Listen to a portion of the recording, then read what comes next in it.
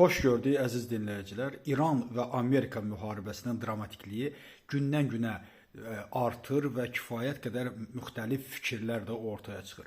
Əvvəla İranın prezidenti Məsud Pezeşkiyan bilirsiniz yenidən region ölkələrinə, Azərbaycan prezidenti ilə də telefonla danışdı və əslinə qalsa üzr istədi və bildirdi ki, bunlar əlbəttə İrana zərbə vurulmayan ölkələrə olmayacaq. Yəni bunun üstündən heç 1-2 saat keçməmiş yenidən Türkiyəyə zərbə vurdular. Əslində Türkiyəyə zərbə vurmalı da o Türkiyədə özünə əl qatan insanlara da sübut etdilər ki, mən bunu neçə vaxtdır deyirəm ki, bugün İranda dövlət yoxdur. Bugün Sepahın içi tamamilə Mossaddan dolu bir hərbi hissəyə çevrilib, yəni Sepah. Sepahın bu addımdan sonra biz tamamilə deməyə əsasımız var ki, bugün Sepahın içi də bir neçə qüvvələrə bölünür. Buradan prezident xahiş eləyir, minnət eləyir, digər tərəfdən isə Sepah həmin ölkəyə zərbə vurur.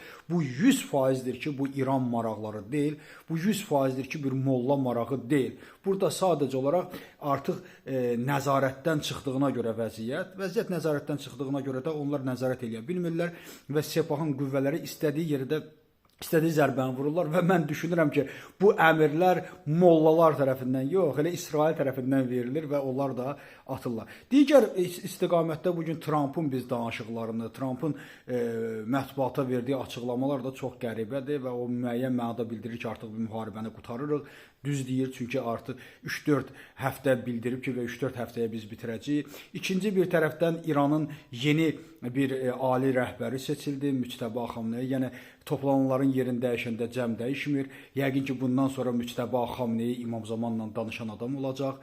İndi bilmirəm, onun da bilirsiniz, rəhmətli Xamneyinin bir əli sınmışdı və bildirirdilər ki, özlərindən hədis çıxartmışdılar firqəçilər ki, bəs əli sınmış bir insan güya İmam Zamana bayraq verəcək. İndi bilmirəm, bunu da əlin sındıracaqlarmı, sındırmayacaqlarmı, indi o Allaha qalıb. Digər tərəfdənsə ən maraqlı hadisələrdən biri isə məhz Trumpın kürdlər barəsindəki açıqlamasıdır. Bildirir ki, yox, mən daha bu əmri onlara vermədim. Bu da mənim məzlərim ondan irəli gəlir ki, nəhayət xatırlayırsınızsa Suriya məsələsində mən hər dəfə İrandan danışanda bildirirəm ki, Suriyada kürdlərə çox yaxşı bir dərs verildi və kürdlərin əgər doğrudan orada düşünən insanlar varsa, Suriyadakı dərs onların Cənubi Azərbaycanda, Güney Azərbaycanda, Urmiyada hər hansı bir qırğın törətməsinin qarşısını alacaq.